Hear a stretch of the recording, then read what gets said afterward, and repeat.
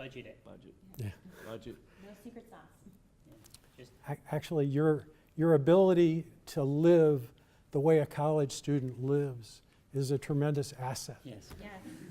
If you can continue to live in that style in which you have become accustomed, rather than going out and living in the style that you always wanted to live in. If you can live modestly for, say, the first 10 years of your life, you can really live much more comfortably in your later stages of life. Yeah, where you set your lifestyle expectations now makes really determines what it's going to look like, and you know, when you retire, like where it's going to look like 5 years from now, where it's going to look like 10 years from now. When you start to change your lifestyle expectations, that's where it becomes really difficult to go back a couple steps. I can tell you so many stories of walking into the bank in 2009 specifically, because so in investment banking, the salaries are maybe like a third salary and 2/3 it's your bonus. And so you have these people that become very accustomed to obviously like living off of your bonus, but the bonus is a discretionary piece. And in 2009, when the markets crashed, the banks had nothing to pay, and people's salaries, their total salaries were completely slashed.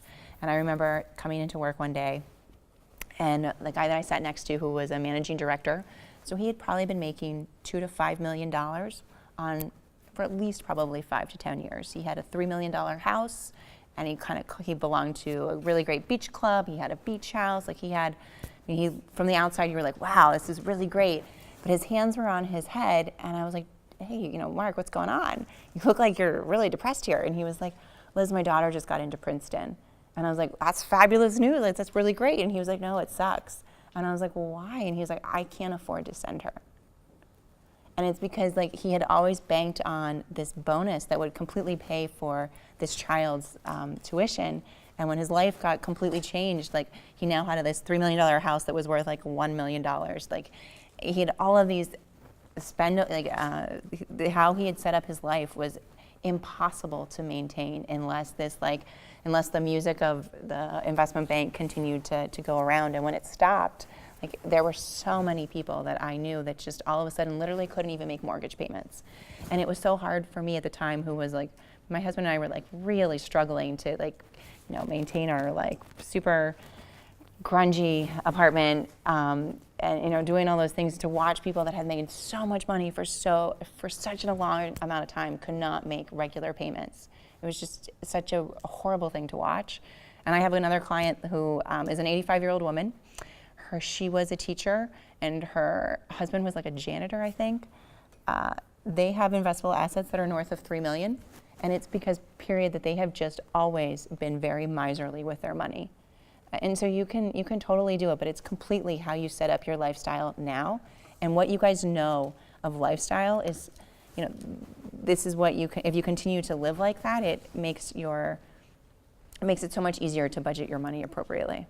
If you think about it, if you start out living off of debt or living off of those really one-time events like bonuses on an annual basis, your responsibilities for the average person are going to increase over your lifetime. So you're going to buy that car, you're going to buy that house, you're going to have children, you're going to finance their college education.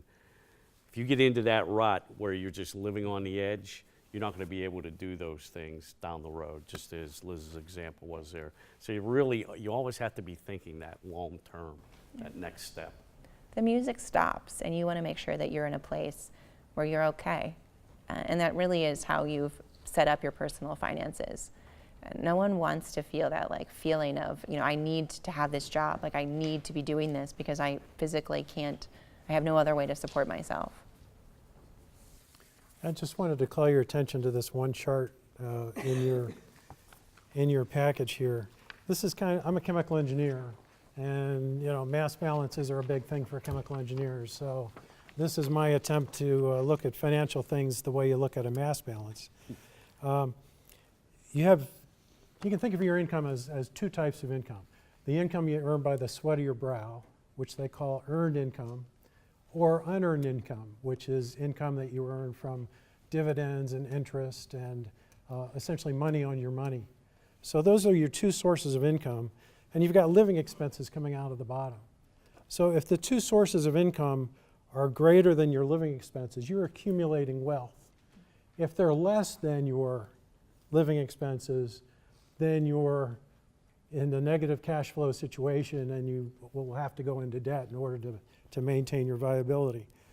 But the key thing, as you gather your wealth, as you accumulate over time, eventually your unearned income gets greater and greater as your pot of money gets bigger and bigger, and it becomes bigger in relationship to your income. And when you get to the point where your unearned income is greater than your living expenses, you no longer need earned income. You have become financially independent. And you can stop working, or you can keep working. But that's the long-term plan. I just wanted to point that out because it related to what we're talking about here.